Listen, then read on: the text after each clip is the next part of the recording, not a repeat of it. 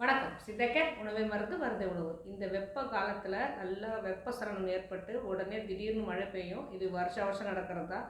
இந்த டைமில் ஒரு சில ஃபுட் ஹேபிட்ஸ், அதாவது நம்மளோட சாப்பிட்ற சாப்பாட்டோட பழக்கவழக்கங்களை சிறிது மாற்றம் செய்துகிட்டே தான் வரணும். ஏன்னா இது ஆசிட் ரெயின்னு சொல்கிறது. இப்போது பயங்கரமான வெயில் அடிக்கும் போது திடீர்னு வெப்பசலனம் ஏற்பட்டு மழை பெய்யும் போது அந்த மழை நீர் வந்து மண்ணில் படும் போது மண்ணில் உள்ள கெட்ட நுண்ணுயிர்கள் எல்லாமே இனப்பெருக்கம் அதிகமாக ஏற்பட்டு எல்லா நுண்ணுயிர்களும் கெட்ட நுண்ணுயிர்கள் எல்லாமே காற்றில் கலந்து தண்ணியில் கலந்து நம்ம உடலில் உள்ளார போகிறதுக்கு நிறைய வாய்ப்புகள் இருக்குது. இந்த கெட்ட நுண்ணுயிர்கள் அதுவும் முக்கியமாக பேஷண்ட், வயதானவர்கள், சிறு குழந்தைகளுக்கு அதிகமாக பாதிப்பு ஏற்பட்டு பல பிரச்சனைகள் வர வாய்ப்பு இருக்குது.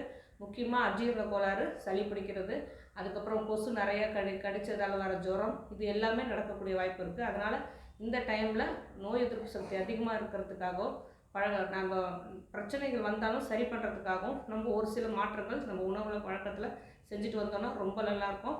முக்கியமாக வந்து கீரை வந்து இந்த டைமில் சாப்பிட்றது ரொம்ப தப்பு. ஒரு வாரம் தள்ளி போடலாம். முக்கியமாக முருங்கைக்கீரை, ஏன்னா இந்த காற்றுல மழையில் வந்து முருங்கை மரம் எல்லாமே ஒடிஞ்சு விழுறதுனால முருங்கைக்கீரை எல்லா இடத்துலையும் கிடைக்கும். சாதாரணமாக நம்ம முருங்கைக்கீரை சாப்பிட்றதை வந்து ஒரு 11 மணி வெயில் 10 மணி வெயிலில் தான் அதை பறிக்கவே சொல்லுவாங்க. ஏன்னா அந்த டைமில் அந்த இள வெயில் படும் போது அந்த முருங்கைக்கீரை வந்து பாதி வெந்துடும். அதுக்கப்புறம் நம்ம சமைத்து சாப்பிடும்போது நமக்கு ஜீரணம் வந்து ஆகிறது ரொம்ப ஈஸியாக இருக்கும். இதே வந்து மழை காலத்தில் நம்ம முருங்கைக்கீரை சாப்பிடும்போது அந்த கீரையை கவனித்து பார்த்திங்கன்னா நல்லா டார்க்காக இருக்கும், முடப்பாக இருக்கும். இது வந்து வயதானவர்களுக்கும் சரி, சிறு குழந்தைகளுக்கும் சரி செரிமானம் கண்டிப்பாக இருக்காது. அதனால் கீரைகளை ஒரு வாரத்துக்கு சாப்பிடாமல் இருக்கிறது ரொம்ப நல்லது. அதேமாதிரி வாட்டரி வெஜிடபிள்ஸ், ஒரு சிலருக்கு வாட்டரி வெஜிடபிள்ஸ், பழ வகைகள் சாப்பிட்டா சளி பிடிக்கும் அப்படின்னா இதையும் ஒரு வாரத்துக்கு தள்ளி போடுறது நல்லது. திடீர்னு வெயில் வந்து உடனே மழை வரும்போது இந்த பிரச்சனைகள்லாம் பழக்க வழக்கத்தெல்லாம் கொஞ்சம் உணவுலாம் கொஞ்சம் பார்த்துக்கிட்டே தான் வரணும். ஹெவி ஃபுட்ஸ் சாப்பிடாம பிளாண்ட் ஃபுட் சாப்பிட்லாம். நீர்மோர் எடுத்துக்கலாம்.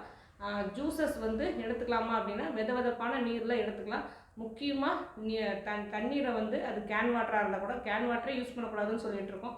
அப்படியே நீங்கள் கேன் வாட்டர் யூஸ் பண்ணியிருந்தால் கூட அதை வந்து நல்லா கொதிக்க வச்சு ஆற வச்சு குடிக்கிறது ரொம்ப நல்லது. ஏன்னா எல்லா அதான் காற்று மாசுபடுறதும் சரி, தண்ணி மாசுபடுறதும் சரி, நம்ம உடம்புல கெட்ட நுண்ணுயிர்கள் உள்ளார போகிறதும் சரி, இந்த ஒரு வெயில் இருக்கும் போதே நல்ல மழை பெய்கிறது வந்து இந்த டைமில் அதிகமாக நிறைய கெட்ட நுண்ணுயிர்கள் நம்ம உடம்புல உள்ளார வரும்போது நமக்கு நிறைய பிரச்சனைகள் வரும். அதனால் ஞாபகமாக குழந்தைகளும் சரி பெரியவங்களும் சரி இந்த மாதிரி சின்ன சின்ன விஷயங்கள், அதாவது காலையில் வந்து டக்குன்னு சாப்பிட்றது, மதியம் வந்து பிளாண்டாக சாப்பிட்றது. பிளாண்டாக பாருறதுனா உப்பு, புளி, காரம் எல்லாம் குறைத்து இந்த வெயில் காலத்தில் வந்து எல்லாமே ஃபுல் ஐஸ் வாட்டர் குடிக்கிறது பழக்கம் இருக்கும் இல்லையா? இந்த ஐஸ் வாட்டர்லாம் இல்லாமல் பானை நீர் குடிக்கிறது ரொம்ப நல்லது. அதே மாதிரி இரவு வந்து ரொம்ப சீக்கிரம் சாப்பிட்டு முடிச்சிடணும். ரொம்ப லேட் நைட் சாப்பிடாம ஜங்க் ஃபுட் எதுவும் எடுத்துக்காமல் கீரைகள், பழங்கள் இதெல்லாம் கொஞ்சம் தவிர்த்துட்டு